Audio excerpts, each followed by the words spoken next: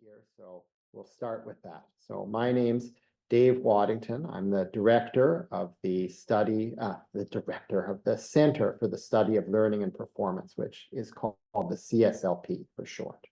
And I'm just going to start us off today with a land acknowledgement. Concordia University is located on unceded Indigenous lands. The Kanyen'kehá:ka Nation is recognized as the custodians of the lands and waters on which we gather today. Tiohtià:ke Montreal is historically known as a gathering place for many First Nations. Today, it is home to a diverse population of Indigenous and other peoples. We respect the continued connections with the past, present, and future in our ongoing relationships with Indigenous and other peoples within the Montreal community. So, welcome to the 6th talk in our 2023-2024 CSLP speaker series.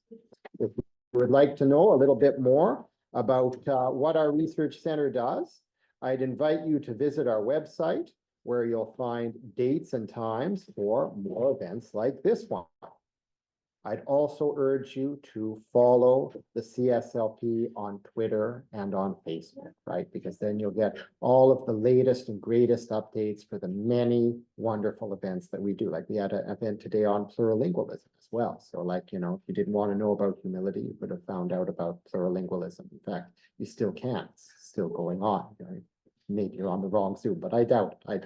And this is the really exciting Zoom, right? This is the one where I'm here for it after all. I'm really looking forward to it. Okay, jokes aside, the way that our event today will work is that Liz will talk to us for 45 minutes or so, and then we'll have a question and answer session at the end. And just like at our local town council meetings, anyone who asks a question will be limited to 2 minutes maximum.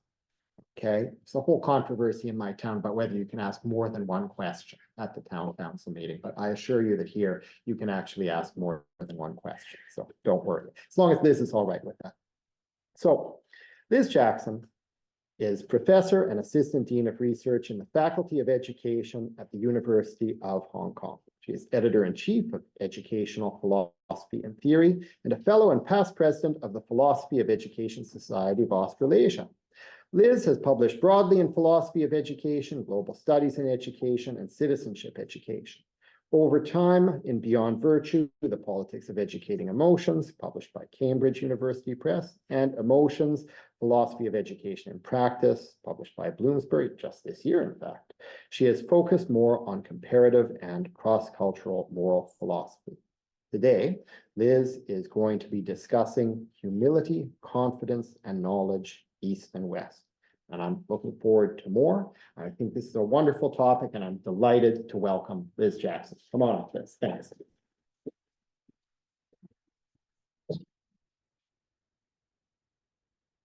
Great. Well, thank you so much. Thank you to many of you. Thank you for coming today and finding the room. Thank you to Dave for organizing this. I'm excited to be here. It's my first time to Montreal. I also want to thank Trevor. He's been encouraging me to get involved more with Canadian philosophy of education, so I'm really excited to. I just arrived from Hong Kong last night, so I was asking how much time to take today. I think this will probably take 45 minutes, but there's sometimes a risk when I have jet lag that I just kind of like wander into some new topics randomly. So I'll try to, you know, if you kind of definitely like nod a lot or look confused if I start just talking about crazy stuff. So I'm really excited to talk about this topic. It's about comparative views of emotions and virtues. And one of the wonderful things about being in this field is getting to share your ideas with different audiences of people. So I've been in Hong Kong for 12 years, and it's really interesting to talk about this topic with people in the United States, in the United Kingdom, in Europe, in different parts of the world. So what's East and West is, you know, kind of a complicated issue here. So hopefully I will try to make this interesting to you, but I know that there's some generalizations involved, and I'll try to make it a bit provocative too. So I have this comic about imposter syndrome.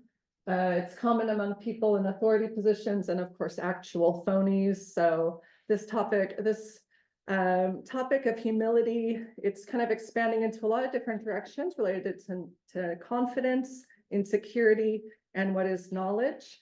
And I find that people have really different experiences and opinions about these topics based on their specific perspective and position and location in different parts of the world.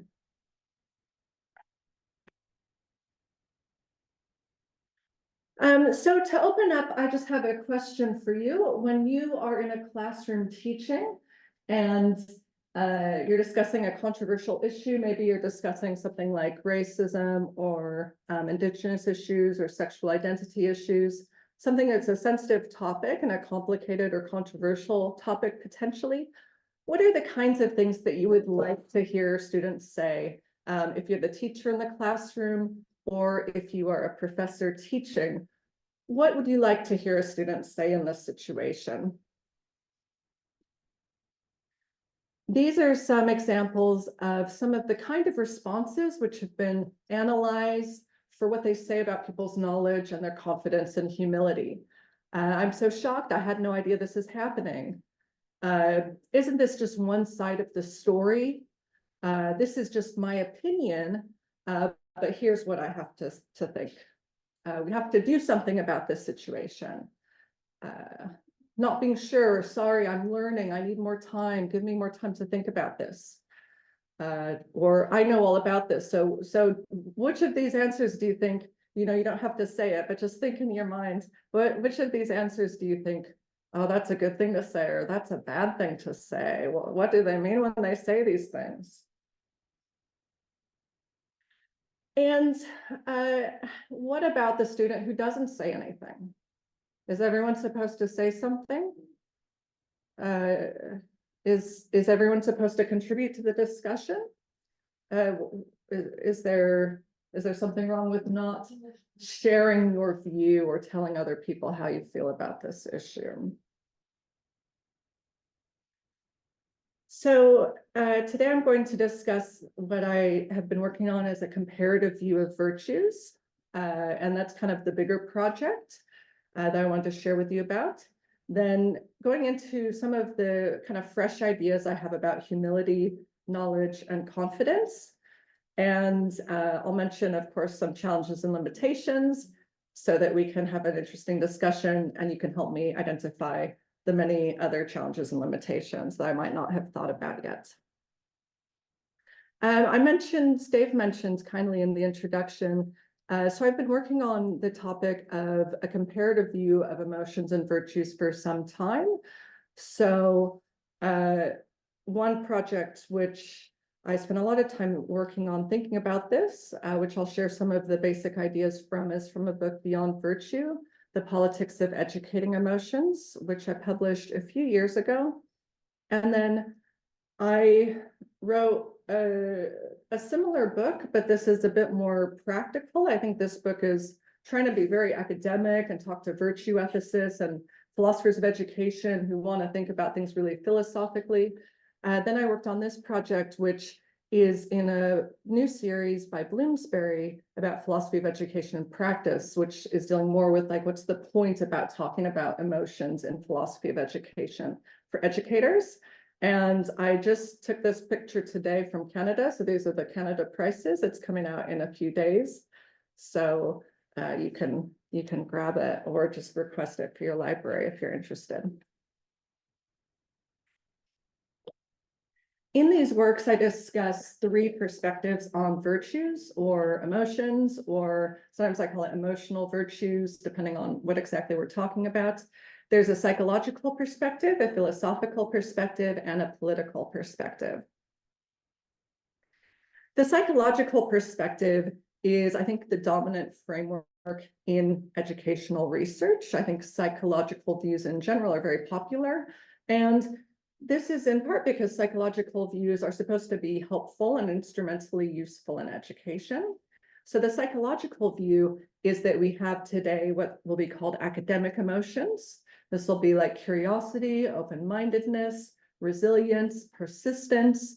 And these are emotions or dispositions or feelings or moods which help you to succeed in education. And there's a long history, which I discuss in Beyond Virtue, of discussing, historically it was discussed as mental hygiene of children and young people. Now we talk about academic emotions.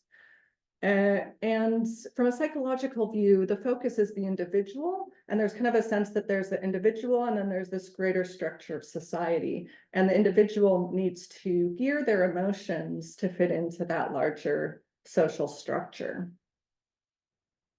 So this is actually something that's taken from Megan Bowler's work on feeling power, but she does an excellent history as well on feelings in education historically. So this is from a 1912 New York City High School Teachers Association bulletin. And this is like a policy they wrote in 1912. The teacher corresponds to the planning department or the manager of the factory. And the workmen, the raw materials, and the finished products are combined in the students. So there was an idea that schools could be like factories, and in the factory, the worker has to have a certain attitude. And if we fix the attitude of the worker, then it can be more productive and it can be more efficient. So the mental hygiene movement was about making students fit in and be productive. And it was considered like a crisis that young people didn't have the right psychological disposition, that they had bad attitudes. Some students thought that maybe school wasn't that useful to them and they had bad attitudes. So they saw it as a crisis. How do we make the students have good attitudes about education? You know, maybe they think it's not worthwhile, it's not going to help them in their lives. We need to fix how they feel about it so we can get them, you know, to be good students and to have them sit still in school. So this has long been a concern. Today, we're more influenced by these buzzwords like emotional intelligence and positive psychology. Emotional intelligence became a popular idea in the 80s and 90s, that we don't just have IQ, but we have emotional IQ. And now positive psychology has been popular for a while. So a lot of my work has been critiquing some of the issues around positive psychology. This idea that psychology shouldn't focus on dysfunction, but on the ability to function more through being optimistic, happy, positive. Having gratitude is very popular. So I've done a lot of work in the past on gratitude too. So I raise a lot of questions in my work about the backgrounds for saying that emotional dispositions are helpful in schools. I don't think the research is really there. So in Beyond Virtue, I spent a lot of time trying to kind of debunk some of the things they're trying to do. And part of the problem is we can't really see how people feel, you know. So if you're looking at someone, can you tell exactly how they're feeling? Maybe, maybe not. When we do social science research on feelings, we can ask people how they feel, but not everyone knows how they feel. And then we have a big problem in this area in education because people want to say that they have the right feelings. Like if a teacher teaches students they should be optimistic, then they ask the students, how are you feeling? And the students will say they feel optimistic. So there's a lot of kind of complicated issues around that, which trouble me. And the worry here is that I think they oversell their findings, and that it's not necessarily the case that people being in a better mood makes their lives better. It might do other things at the same time, or it might just do other things altogether. Some other critiques have been around, are the targets beneficial or moral, or are they just useful for students?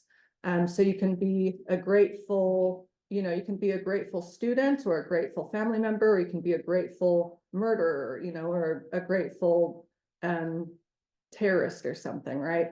So is it really helping students to be good people, or just be smiling and have good dispositions? Do interventions really work? A lot of questions around the coherence of the concepts, how things like gratitude and humility are defined. And another one, which I've been really concerned with, is our diverse students accounted for? So then there's a number of philosophical views of emotions.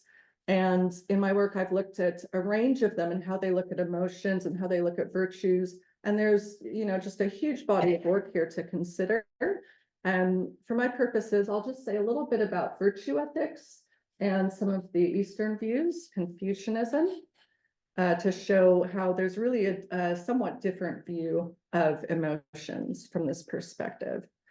So virtue ethics believes that emotions intersects with morality and with virtues and has this interplay in phronesis, which is the kind of reflection and reasoning about feeling and how feelings related to action.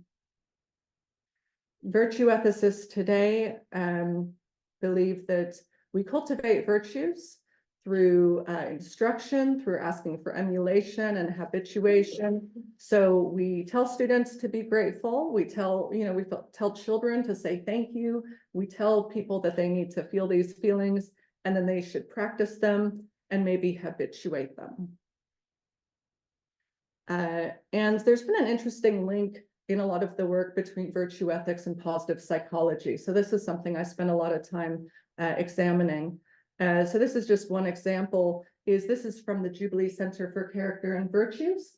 And it says, if I identify that I'm in a survival zone and my adrenaline levels are high, this tells me that if I want to move zones, I should reduce my adrenaline or increase my serotonin.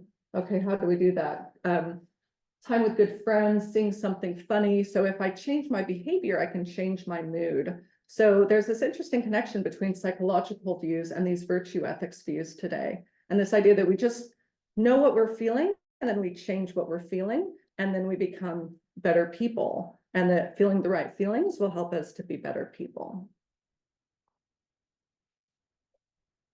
So I've critiqued I've looked at the relationship between virtue ethics and psychology and also looked at some of the challenges. So virtue ethics still tends to have a very individualistic view about emotions. There's a focus on what are your emotions rather than other things. So it's still pretty individualistic. There's some interesting identity factors worth considering when it comes to virtue ethics, which not all virtue ethicists really reflect upon. There's cross-cultural challenges when it comes to applying virtue ethics and when it comes to applying positive psychology. So just an example, how is this individualistic? There's a curriculum, again, by the Jubilee Center that discusses Anne Frank in the Holocaust, and they read her diary, and then they're supposed to reflect on an example of when Anne Frank displays humility is this. So you look at just what did Anne Frank do, and that's the focus of the lesson. So it's not about like, is there some external reason why she has a challenge? Is there like a problem she has, and why do you think she should have that problem? It's not, is there a problem in society? But it's, what are the virtues this person possesses? So to me, that kind of teaches the subtle wrong message about what should really be taught about. So a person might say, okay, there's moral education or there's emotional education, and then there's like citizenship education.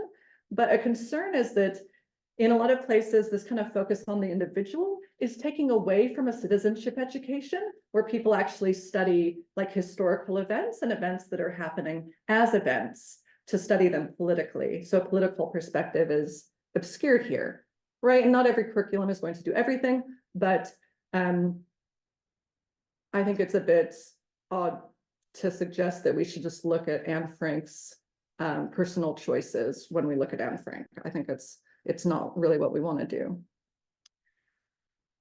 From a cross-cultural view, it's really interesting to compare Confucianism with Western virtue ethics. People have connected Confucianist ethics to deontology, to virtue ethics, and the Western view to care ethics.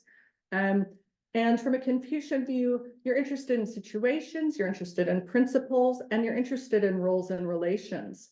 Unlike, I think, something that's very typical in a lot of Western psychology and philosophy, there's not really a sense that there's a universal perspective. Like there's the idea that no matter, like Anne Frank could be interchangeable with anyone when we ask, what did she do about virtue? And there's not a focus on the situation. In Confucian virtue ethics, we look at the situation. And from this perspective, the idea of an individual being good or bad actually doesn't make any sense, or an individual feeling or not feeling the right things or expressing the right emotions or not. That doesn't make sense without putting into a context of Dave's my teacher. And if he's my teacher, I express my humility towards him in a totally different way than if he's my student. I don't do it the same way. That's what Confucianism's all about, is how there's those differences. My point's not to say that Confucianism is better, like it's hierarchical by nature. So that's something that's problematic, but it's a totally different perspective. So what I'm kind of inching towards is this political view. I'm also interested in a political view of emotions and virtues, and the idea that society influences how people feel as individuals and as groups, and that some people have a harder time than others expressing humility or gratitude or whatever feelings we want them to express for whatever reason. Yeah, so I'll say more about that as I go on. From a political view of educating virtues, teachers may act on bias. They may expect some people to have more humility than others. I remember when I was a PhD student, I gave my seminar talking about my research. And after the seminar, my mentor said, okay, they didn't have any problem with what you said, but they thought that you sounded too nonchalant when you said it. And that always stuck with me, that I was supposed to act more like, please, please, I'm so serious. And I didn't act that way. And I thought, would you ever ask a guy to be less nonchalant? Like, I thought that was good for philosophers to be kind of, I don't know, just talking from an individual view, I guess. But I learned I wasn't supposed to talk that way. So people learn different expectations because they're treated in different ways. And this influences different people based on individual factors and based on cultural factors. So finally, I'm saying something about humility after all of this time.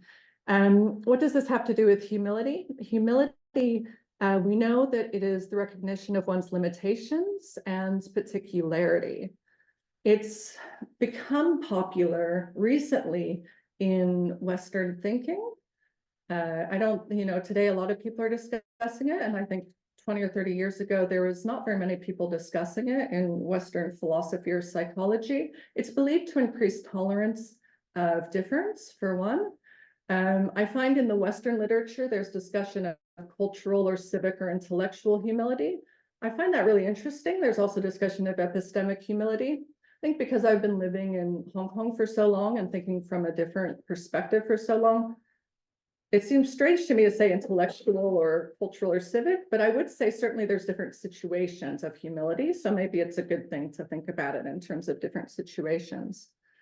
It's seen as a feeling and a state and a disposition towards others. Across cultures, I've done a bit of a literature review of some of the philosophy around humility. So I found, if you look at the history of Western philosophy, there's a lot of skepticism about humility. And that's because confidence has been valued and this kind of debating mindset. So you can think about it in terms of the dialogue. So the dialogue has two people and they might be competing. You know, if you read those ancient dialogues, there's a lot of arguing, right? And a lot of saying, testing each other and one-upping each other. So it's kind of competitive. And it's seen as kind of a lack of rationality or an underestimation. So I think Aristotle has said some things that suggest, it's really bad to underestimate yourself. It's really bad to not be sure about your rationality. It's really good to have the appropriate amount of confidence. Interestingly, in some empirical research, education has been seen to decrease humility. So more educated people have less humility. You could probably do something really interesting looking at social class and other factors. Behind this is the idea that confidence is important and one's knowledge is important, that I have knowledge is important. I think this is an interesting idea that I have the knowledge. So this is something I'm really grappling with. I don't really understand me having the knowledge because I've been living in Asia for so long. Like, where do I have it? Is it in my brain? How did it get there? It got there because I had an influence from other people, but we don't talk about that influence of the other people from this perspective. The one person has the knowledge. The big exception when it comes to this is Christianity. So I wrote a paper with a colleague about how humility has been engaged with in different parts of Christian history, but and a lot of religious traditions. So Buddhism, I think most religious traditions will encourage a sense of skepticism about knowledge and a personal humility that's quite different from some other Western perspectives. Nietzsche famously discussed how negative false modesty was. So I'll say more about false modesty as well. Now, in Chinese traditions, and if I focus more specifically here on Confucian philosophy, a lack of humility is really bad. So a person has humility. If you don't have humility, you cannot grow. It fights actively hubris and complacency. So I think the arrogance, which Aristotle would say a person ought to have to engage in a dialogue, I don't think that Confucius would agree that that is a good thing. It's part of self-cultivation, learning from others and knowing one's limits. And from a Confucian view, the self is seen as an impeder to and a seeker of knowledge. So without humility, you impede your development of knowledge. We've also done some research with teachers in Hong Kong and China. We have a paper we've published about the research with teachers in mainland China. And we're doing some work comparing teachers' views and public conceptions in China, Hong Kong, and Western countries. So we found that they absolutely value humility in education. They think it's one of the most important things for students to develop. Like, we didn't ask them specifically how important is confidence compared to humility, but I'm very sure that they would say humility is much more important than self-confidence. It is not seen in Chinese society as related to low self-esteem. So when I first started discussing these topics in Australia and New Zealand, some people said, but insecurity is such a bad thing. And there's a sense that actually the best kind of confidence comes from humility. And I think that this kind of posture and disposition, I find in my own life, I feel like it's lost often on Western audiences, that some person could actually demonstrate confidence through demonstrating humility, but that's something students should be learning in schools in China. Students are encouraged actively to have humility. It's also, okay, it's used as a disciplinary tool in a way that you're also not going to see as much in Western countries. There's some sort of dark sides here. So I think with all emotional virtues, there's some dark sides. In this case, humility, teachers were very clear that they expected girls to have more humility than boys. The teachers had to show a certain kind of humility to principals and to parents, and that there were some hierarchical relations and situations where they found expectations of humility to be oppressive. So there is a way that humility can be kind of an oppressive tool when it's instrumentalized, but it is normally taken for granted as a good thing that people ought to have. So it's just a matter of how much you should have and if you have the right amount, which I think is something that people debate in Western virtue ethics as well when it comes to some virtues. So I'm interested in the politics of humility and the way that it's seen differently across societies and schools. Is humility essential or is it unnecessary? How do we judge who is wrong? And for sure, humility, like all virtues, has its dark side. So I've written a lot about gratitude having uses and abuses. I'm interested too in how humility has uses and abuses. Who is expected to have it? And what are its risks? And all of this gets really complicated cross-culturally. And it's really hard to do because each of us have what I found over time is each of us have a really particular view of how all this works that drives our perspective. And and there's no way to get a universal picture of it. Although some people would want to suggest that there's a universal picture, but I have a hard time doing that because I now kind of see certain discussions as like very particular to Western society, the longer I've been living in Hong Kong. So what I did recently is I looked at humility very closely in philosophy of education scholarship. And that was easy to do because there's like 6 or 7 articles that have been published on humility in Western philosophy of education scholarship. And I just looked at what they said that had something to do with humility. And I started seeing there's kind of a connection between knowledge and ignorance. So whether or not humility is considered good or bad, the first thing that strikes me is how remarkable it is, how often we judge. Like there's this whole philosophy of judging other people's virtues, which I just find that interesting. And I think about it and try to explain what I think about it in my work. But it's definitely tied to our view about how we express knowledge, how we express ignorance, and how we should understand and process it in an educational space. So I've created this, I put it now as a hierarchy or as a spectrum of kind of you know more and you know less, but it could easily be a sphere. So I'll explain. So I'll try to explain what I mean with all of this. And I don't have any conclusions to this talk. I'm just throwing a bunch of strange things at you. So at the top here, we have views about knowledge which do not have humility and which are problematic, where someone should have more humility than they do have. So the first two are hubris. Well, no, there's just hubris, and then there's virtuous confidence. So there is some context in which Western philosophers of education believe that people lack humility, and that's when they are completely arrogant and overconfident, where they think that they know more than they know. So I think people are concerned with this kind of arrogance. So there's some criticism of that. How can we deal with people who are too arrogant? And I think everyone agrees there's a certain level where someone's too arrogant and could use some humility. But there is also, I think, an acceptance, and this isn't really discussed a lot, but I think it's compared with hubris, which is that it's possible to be confident, but to not have humility.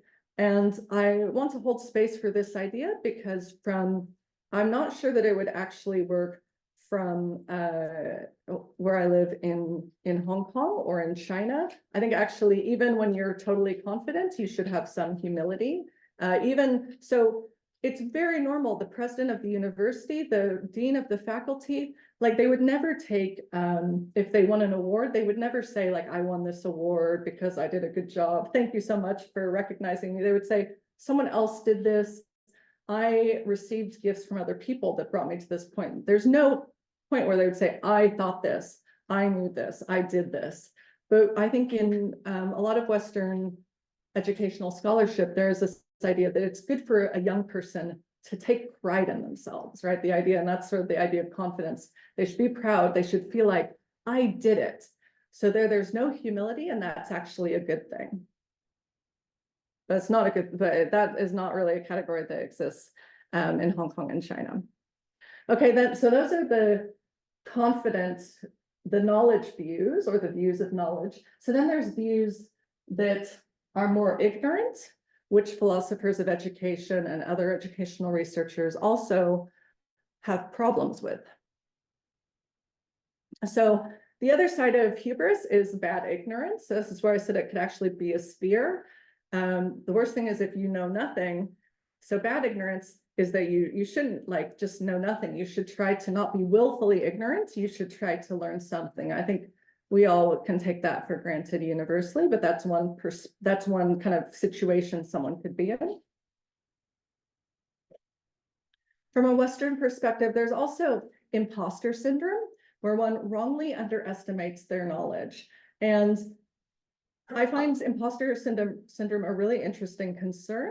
Because I think about my own academic training and how I was chastised for being nonchalant. And I find it interesting that some people who have imposter syndrome, they're not really expected to take charge as much as other people are expected to take charge. And there's loads of research that show that women and people of color, if they act assertive, that people don't like them and people think they're bossy and bitchy and things like this. So I'm not really sure about imposter syndrome. I mean, it is a problem, but I don't think it's a problem of individuals. It's also worth contextualizing that problem. On the other hand, imposter syndrome is a completely normal state of being from a Confucian perspective. And I would wonder if it might not be a bad thing from a virtue ethics view in general, because in virtue ethics, you're supposed to practice your virtues even when you don't feel them. You're like, virtue ethics is all about dealing with how I don't really feel thankful right now, but I have to say thank you. That's what virtue ethics is all about.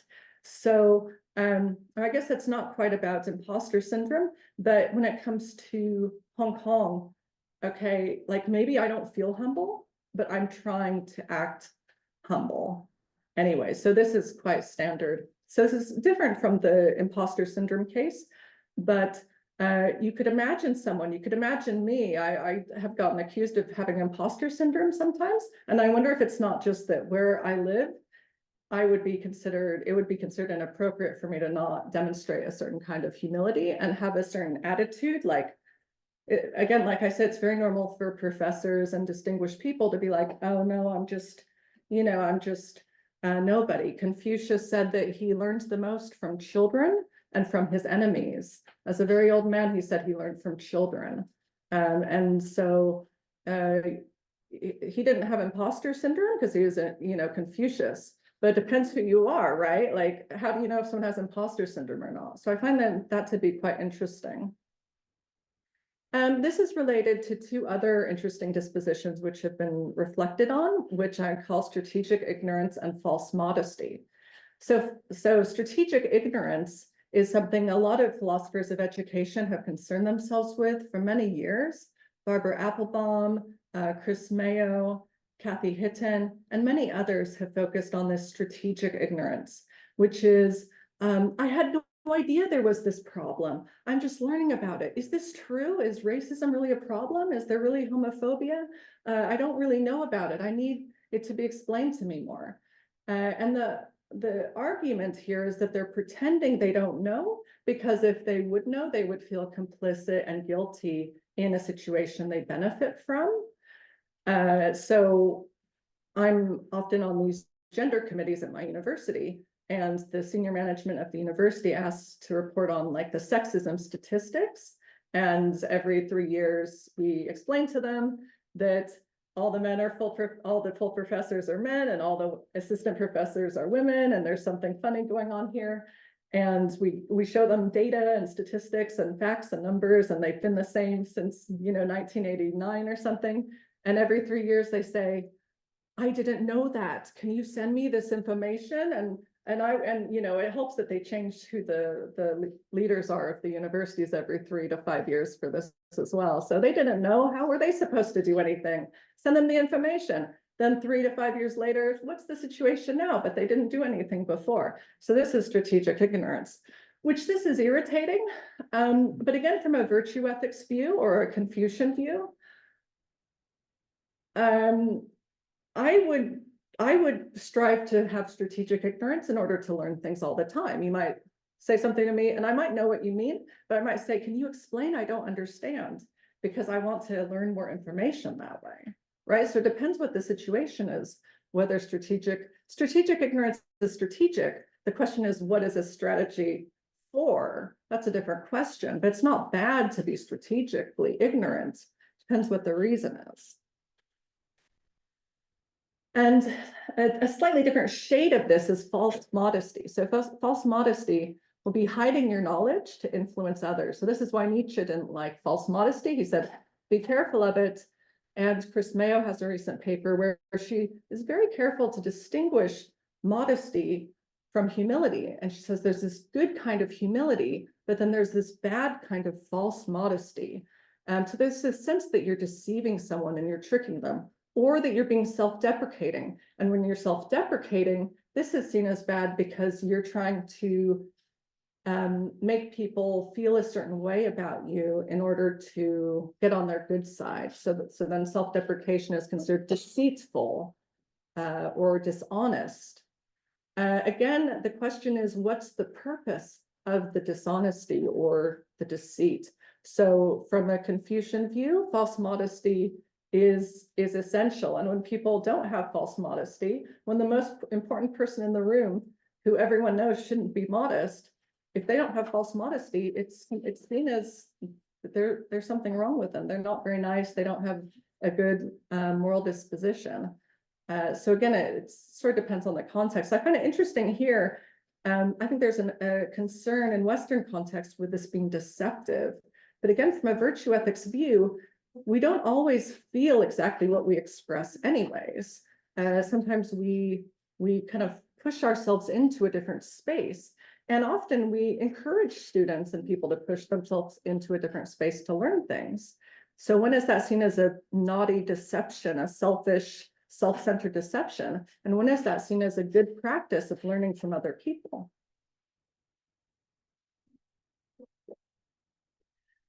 Okay, so too much knowledge is bad, too much ignorance is bad. Then we have some things which include humility that are okay in Western thought and in Western philosophy of education. And these are just some labels I have, but the labels I don't think are too important. And these labels actually come from a recent article by Kirsten Welch in Educational Theory, where she discusses intellectual humility.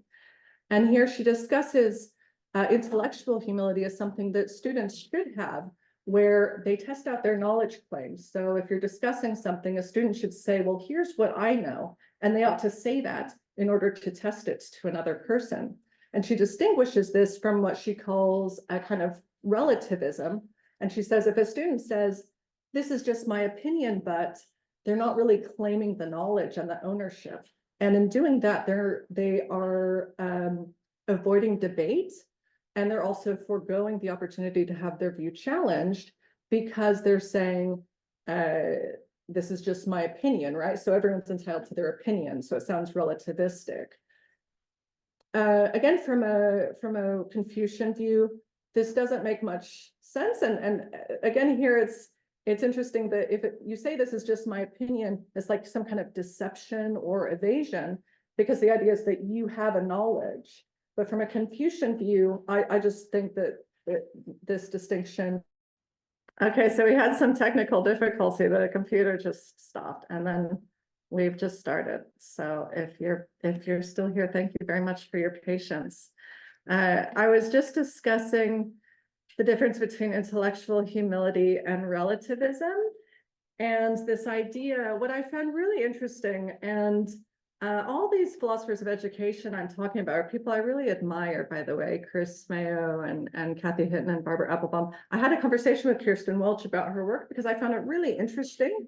And one of the things I found interesting is that she has this idea, testing one's knowledge. So I emphasize that in the first place. What is this testing one's knowledge? Okay, so my interest in the distinction between relativism and intellectual humility, which Welch draws, is that when it comes to her view, you can't test one's knowledge. But the idea is, if knowledge creation and intellectual engagement are social rather than individual, this is read as an openness and a willingness to engage. So, and again, it might just be, well, it's just polite to say, it's just my opinion, but maybe they don't mean that. They just say it to be polite. So then it has a different meaning altogether. But I find it really interesting that there's just a lot of, and again, there's only, 10 or papers about intellectual humility and humility in the field, but they're really obsessed with, is there any case where humility is good? And here's all the ways it's not quite good. So this is what fascinates me. And then there's another kind of knowing. So I mentioned that there was arrogant hubris and some other bad knowledge. There was virtuous confidence. There's also another kind of knowing, which people say it should demonstrate more humility than it does. And this is what I just called showy knowing, because I think it kind of rolls off the tongue. And this is when people demonstrate knowledge, but they ought to show more humility. So this is something people are concerned with. And this is when people say, we need to do something. Okay, we know about racism. We need to do something about it.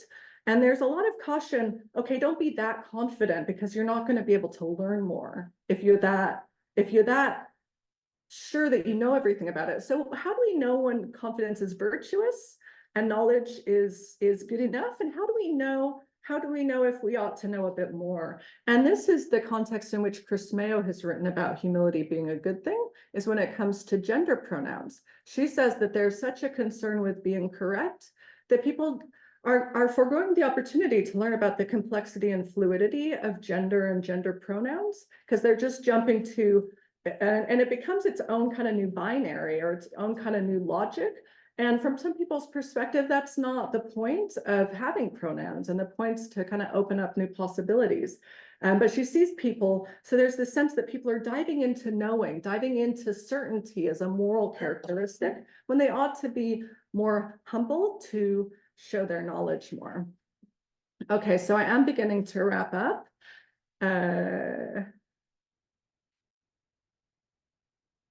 So what's all this about?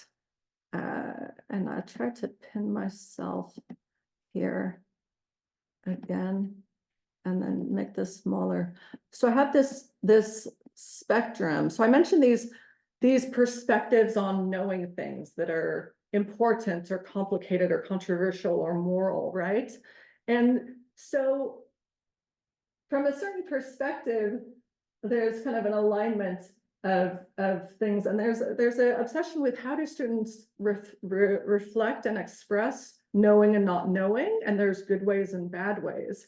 And if I look at the Western philosophy of education literature, which is still in a very developing phase at the moment, there's so many bad ways to express knowledge and humility. And there's only one little tiny way that's okay to.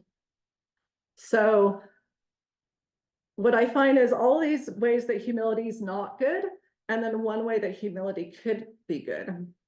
If we compare this with an Eastern perspective, okay, the things that are just being really knowledgeable without any humility, okay, those are not good in Hong Kong or China.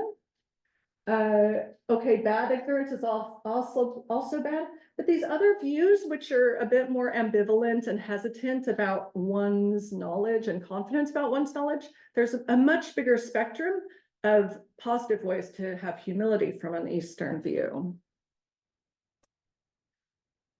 So there's kind of these positions in between knowing and ignorance, and the part of the puzzle, I haven't worked out this part of the puzzle yet. So what's knowledge and what's ignorance? I need to work through all of this to some degree. And what does it mean when a student is quiet?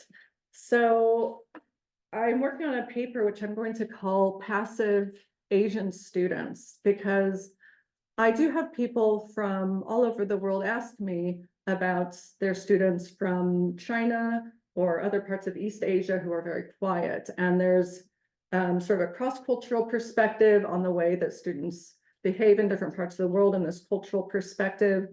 But if we look at how humility is conceptualized in a Western view, we can see that in the Western world, it's associated with not knowing, or with being insecure, or with being deceitful. And I would suggest there could be a failure to recognize the danger of being too confident and this unquestioningness towards confidence. A failure to see knowledge as relational, social, and communal. I didn't get my knowledge by myself in a cave, actually. I got it from talking to other people. So when should I stop doing that and say, this is my knowledge that I have? To be confident, do you think you have to have knowledge? What's the relationship here? I really don't know, because I feel like I can have confidence and not know, and I feel good about that, actually. So humility is seen as a risk in the West more than it is in the East. The idea that you can have confidence in your humility. So this is not well recognized in Western classrooms and higher education. This is important because education takes place in pluralistic spaces, and we don't always recognize that a lot of students have different cultural influences based on how they look or based on other factors about them. Students can vary in individuals and groups. We try to respect cultural differences and understand them. We should also recognize the dark side of virtues and how, like, so for example, if confidence is considered the most important, that can be problematic too. That can be difficult for some students who've been taught that it's bad to reflect this kind of confidence, like, I did it, I'm the best. Like, there are certain people who've been taught that that's a bad way to behave. So if they're encouraged to behave that way, it puts them in an awkward situation. Humility plays a role in academic collaboration. In cross-cultural spaces, and we can talk about this in terms of not just East-West, we can talk about this in terms of class, race, ethnicity, culture. There's all sorts of difference, and we want to be open cross-culturally, but in collaborations, people have different expectations. So if you are trying to collaborate and there's a bunch of people from Taiwan and Korea, and they're all sitting, waiting, and not participating by saying things, it's possible that someone from America might say, or from the United States, might think, well, they're not contributing, they must not know anything, or they must not care about this project. But actually, they might be waiting to be called upon.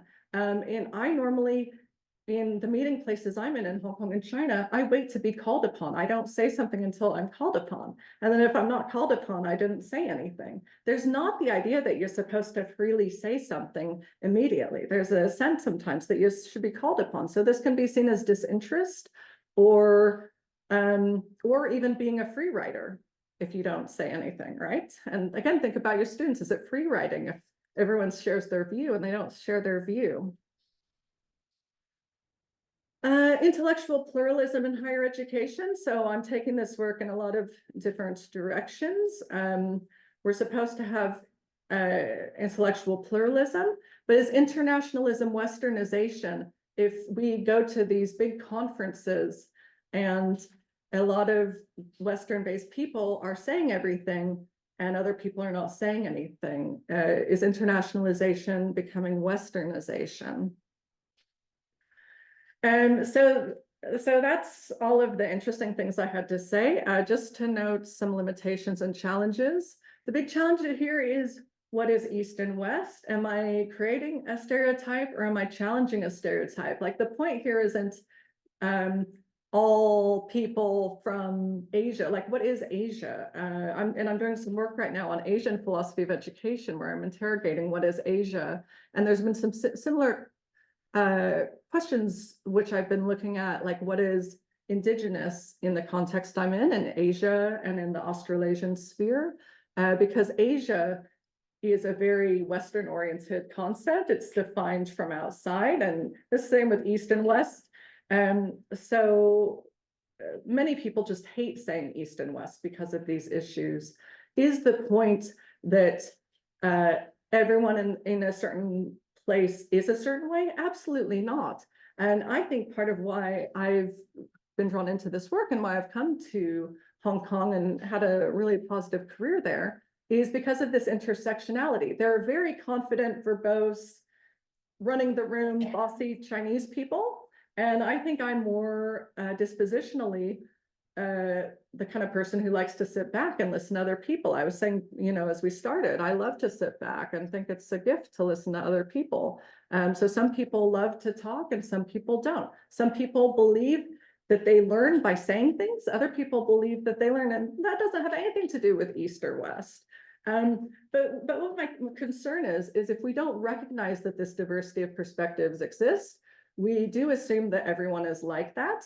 And I think that there's becoming this challenge, especially in the United States, this failure to recognize deep difference and this very idealistic view that actually everyone's the same. And it's a nice idea, but not everyone feels that way. And it's not a nice idea for everyone. So I know all of this is intentionally provocative, and this is why I love this topic, is because it's very complicated. I don't know what the point is.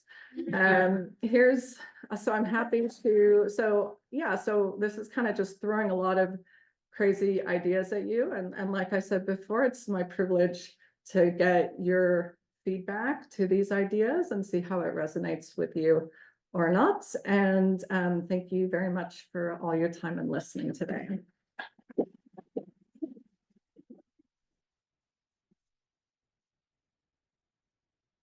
Well, Liz, can you just stop sharing your screen there maybe, and we'll maximize the other window. So folks, this is one of these owl cameras that captures your voice from the audience. So, well, in theory it does. Okay, so we'll go for question time now. If you have a question online, you can put it in the chat and Liam will read it out for you. Or we can like make you live on Zoom if you prefer. That's also a legit option. Although maybe reading it out, actually, I'm not sure that the audio on this machine is that great. So maybe Liam reading it out is probably our best move. So yeah, speak up so that you can be heard on the recording, and have at it, folks who'd like to ask some questions.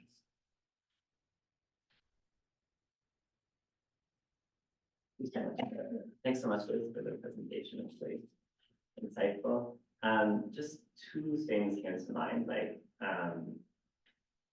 you mentioned somewhere about kind of the dark side of virtues and so on, and it's very helpful. I always find it very helpful to kind of get into these little nuances with the kind of, I don't know what to say, like the dynamics of virtues and language and so on. Although I found because it's confusing, because virtues are good, but then there's a dark side. So I found, at least from certain Aristotelian resources for thinking about that, like, so there's this notion of like the unity of the virtues, that like having one virtue, you kind of need to have all of them. I mean, it's not talked about so much by neo-Aristotelians in philosophy of education, but there is that notion in some aspects of virtue ethics that the kind of virtues come together. Because I found that helpful, because then when you can think of like one virtue, but you're missing another one, it like then makes this virtue lead to a kind of a bad ending or whatever. So for example, you know, justice without compassion can lead to tyranny, for example, or, you know, love without attachment can become jealousy, like that. So like, I find that a helpful framing, because then it's, you know, you don't want to say that the virtues are like bad if you practice them. The whole notion is that they're like, you want these attributes, these personal attributes or whatever. So I was just curious what you thought of that framing, if it connects. I don't know the Confucian tradition very well. Like if there's such a notion in the Confucian tradition of the virtues kind of working together and so on. I'm not sure. The other thought I had was, oh no, 2 minutes. No. Go for it, Ilya. We'll give you a special dispensation. The other thought I had, I've been reading a little bit about the situation of Asian Americans in the US, basically, and I was reading this one article about that there's apparently this whole discourse around Asian Americans of like their lack of promotion in the business world in the US, partially because of things like humility. Like, so there's this perception that like, oh, my Eastern culture, my Eastern values, somehow if I live them in the business world, I'm like likely to be overlooked for promotion or whatever, you know, because I'm not as assertive or whatever it is in the business world. It's apparently referred to as the bamboo ceiling or something like that. You know, it's like the glass ceiling for women and the bamboo ceiling for Asian Americans or whatever. So there's a whole and I was kind of surprised. I hadn't heard of the discourse before. I just recently kind of became aware of it. And then there's this question, like, do we give up our Asian value in order to advance in the, you know, American workplace, or is it that the American workplace is somehow structured in a way that like benefits certain values, and that's a bad thing, and we should like change the American workplace? So I was curious, like, just as a kind of a context for applying some of your work on humility, like what you thought about that in terms of that kind of structural look at it, but then the individual. So I felt on the side of, no, actually the business world should change. Like, I don't think that you should like somehow give up this, you know, I think it's actually it's a wonderful virtue. It's a very important one. And then, you know, that's too bad for the business world. And but I'd be curious what you think. Anyway, sorry for those 2 points. Yeah, thanks for that. And I actually see a connection between those 2 points. I'm glad that you mentioned that the unity of virtues is not discussed enough, because I think this is more related to a Confucian view, which is principles and virtues all matter. And they would definitely, so I think that's one of the points, because Confucianism and other Asian traditions are so much more situationally based and relationally based and context based. So there's this strange kind of extracting to kind of analyze, is this good or bad? They take out all the other things, right? So yeah, so justice without compassion, for example. So I think this is one of the problems. I wonder, I'm trying to think if we can see this in the philosophy of education scholarship, because the thing is they make a really rich example, but most of these things are only an article. So they don't really analyze it from every direction, from a different, I mean, they give two pictures, but they only look at one virtue, but then it's sort of like the knowledge is the same in both cases. And what I'm doing is thinking, okay, if you change the knowledge part, or if you change the intention part of the deceit, does it become something different? So that's helpful. I think that relates to the bamboo ceiling. I think the bamboo ceiling, so I need to look into this more. I'm just speculating. I think the bamboo ceiling is going to be similar to the glass ceiling, because I think people think it's strange when, so this kind of relates to like thoughts about stereotype threat. So from a stereotype threat perspective, it's stressful for Asians when they're considered humble and quiet and not assertive and not self-promoting. When there's that sense that that's how they are, then, and they're aware of that, then it was more stressful. So if you're the only woman in your work group, like I often am, I know it's more stressful for me to like put myself out there, because everyone's going to be looking at me and thinking, oh, she's a woman. So I'm sure Asian Americans face this.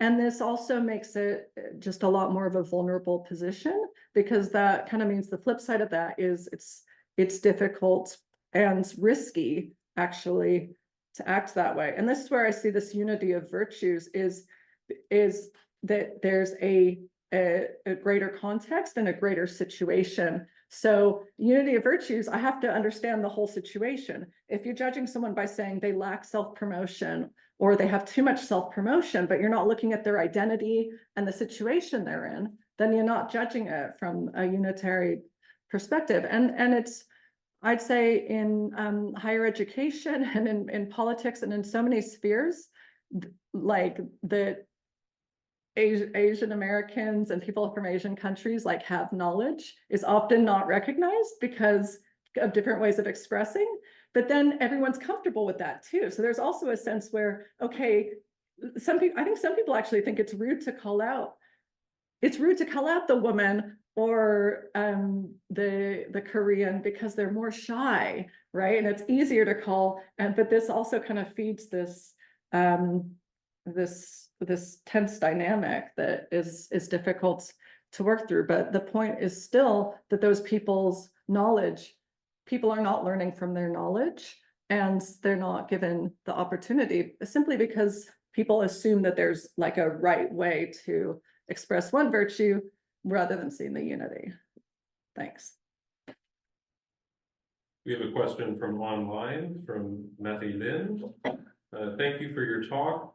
I was attracted to this topic for a few reasons. I'm a PhD student in education, but also a prof in the Faculty of Medicine and Health Sciences at McGill, where expertise is actually a competence that healthcare professionals are expected to have. And in some ways, competence is assessed throughout student training.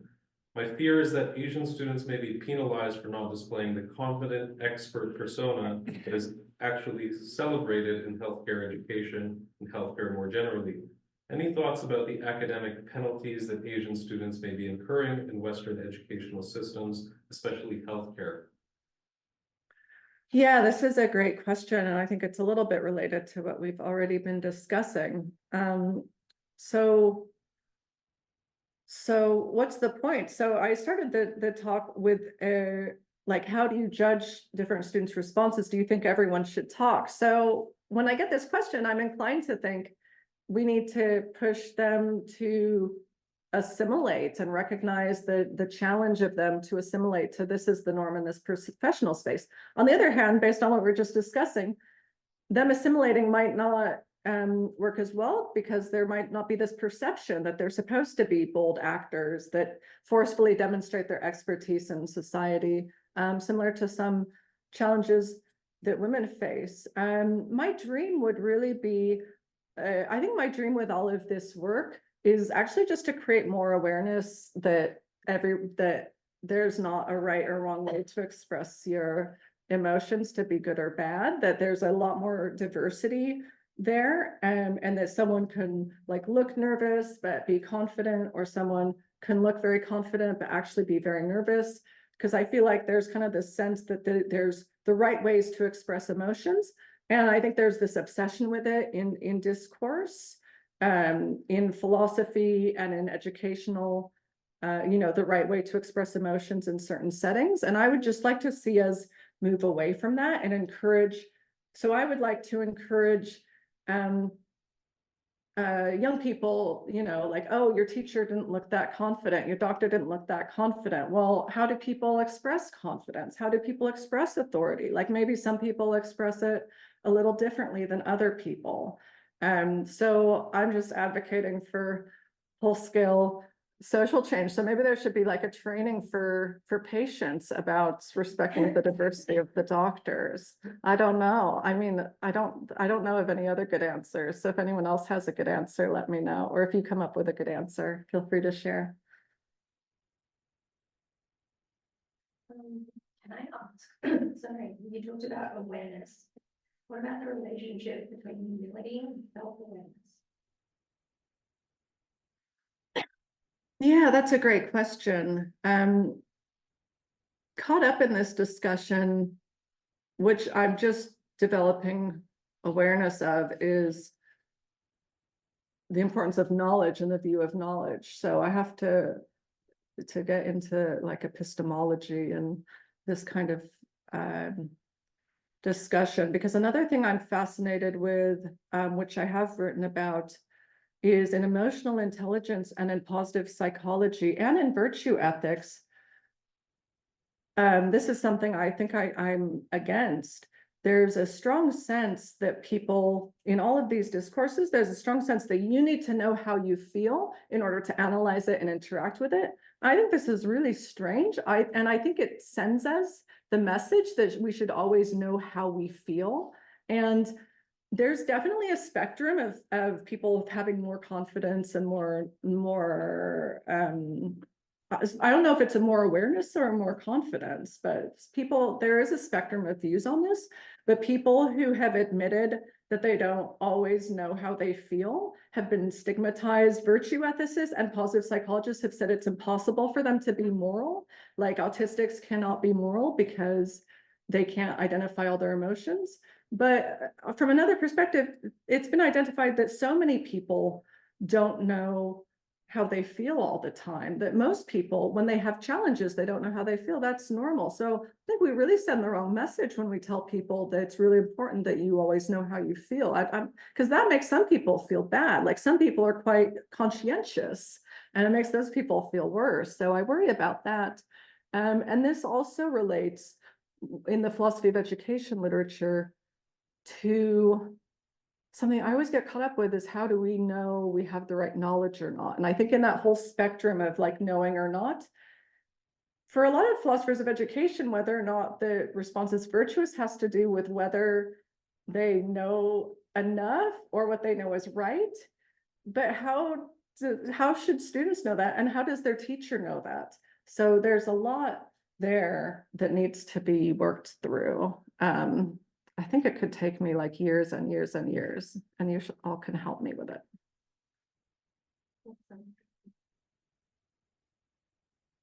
Can you speak a little bit more about humility as discipline, and I'm wondering if you see that somehow relating to, I guess, maybe a more Western conception of minimizing or silencing as a form of discipline.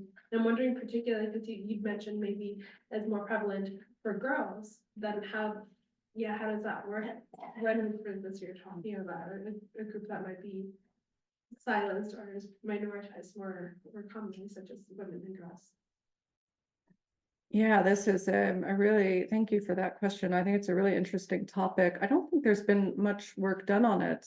I know our teachers in China, they discussed, I think when they discussed using it as a form of discipline, it's a way of calming students down and making them feel more grateful. I would say in the relationship between gratitude and humility, because it's like be more humble and be more grateful. Both do the same thing of taking a person down a peg. And I think in a classroom setting with discipline, it's also about like having exuberant emotion and somehow being more grounded and more aware of your position in relation to other people. And I think silencing, but it's interesting because you said silencing as a form of discipline. So I think this is why there's so much discussion, and a few people have discussed this, whether or not silence is a bad thing. So I need to connect this to the discussion, because in a lot of the Western educational scholarship, there's the idea that silence is the worst thing. It either means you don't know anything, or it means that you don't have confidence.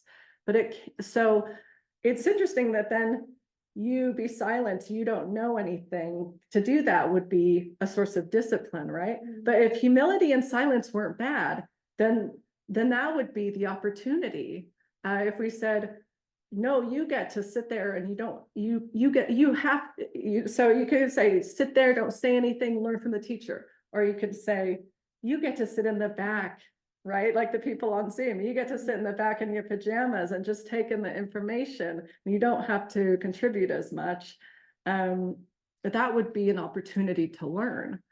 So there's a lot of subtle things going on below the surface here, but it also has to do with expressing.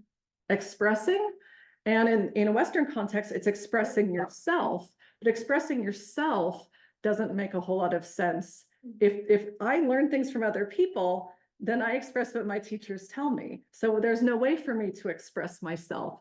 So this is all often confusing for students, even my students who come to Hong Kong from China. They're like, why are you telling me to express myself? Like, do you want me to like say what my mom said or what I read? Like, where do the opinions come from?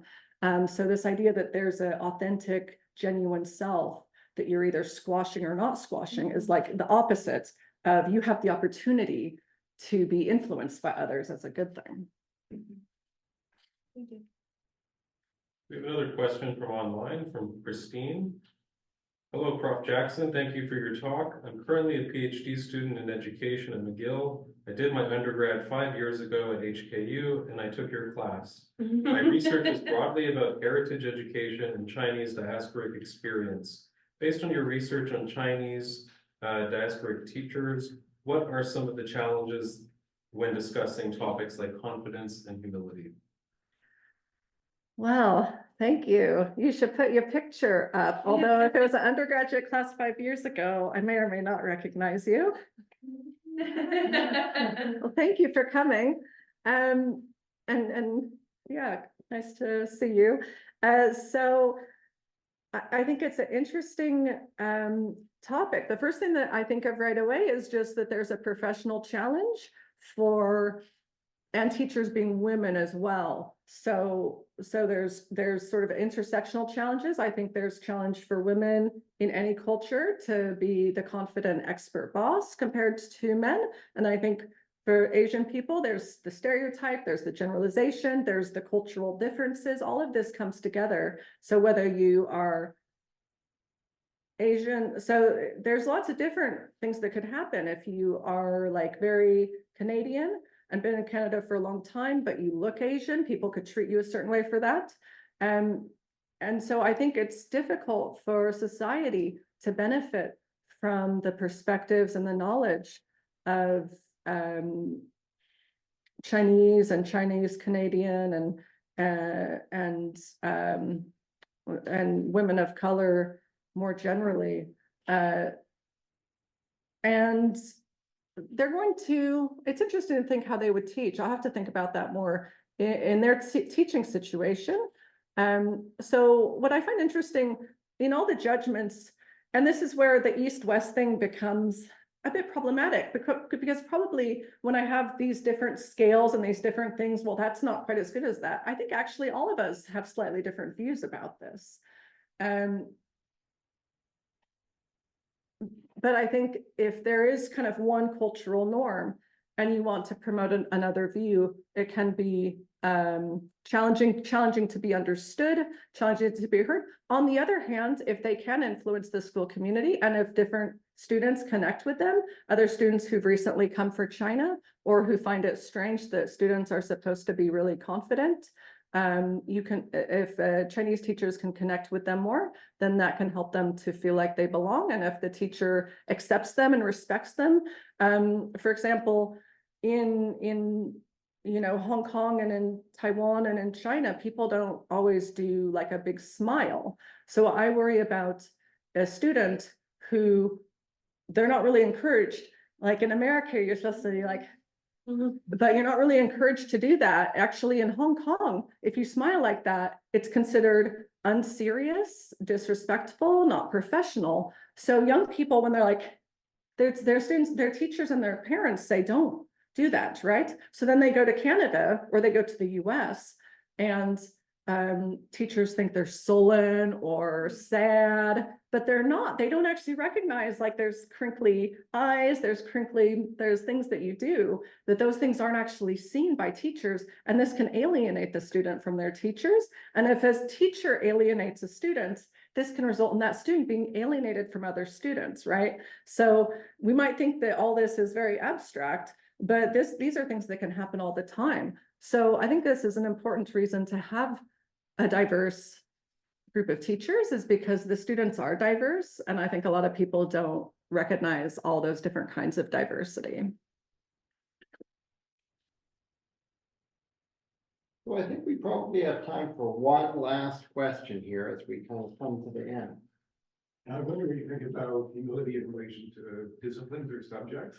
Like, for example, I used to teach ethics in a business faculty when I was a PhD student, and it was so shocking to teach in that context because the culture was so different. The students, it was valued to be assertive and convey certainty and never indecisiveness or even curiosity. It was very different from education.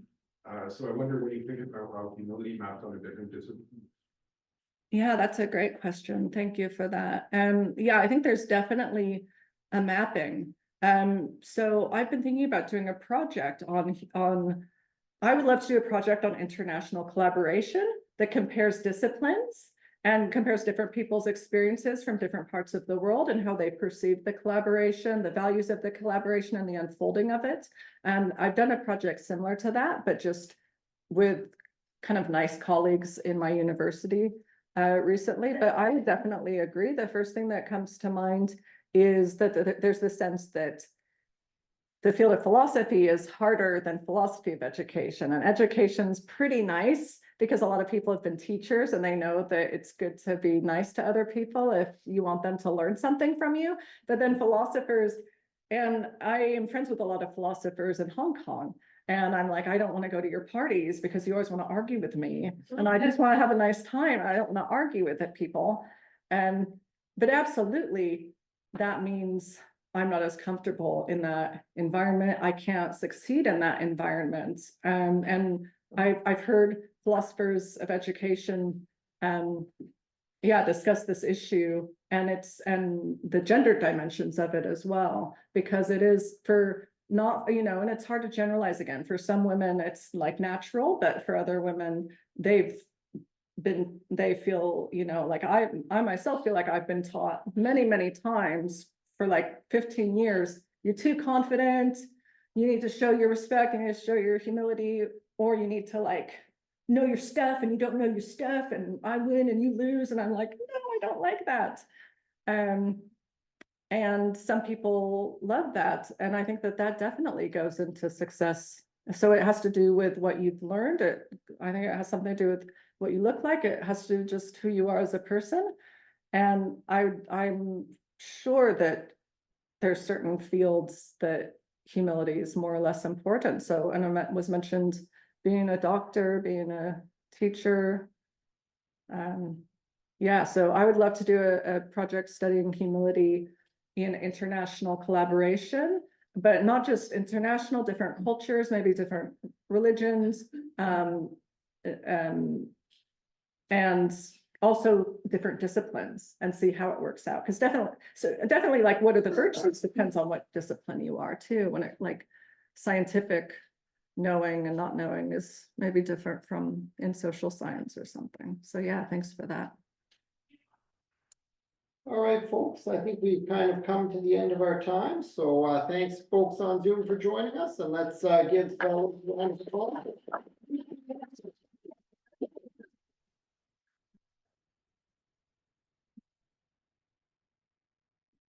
Okay.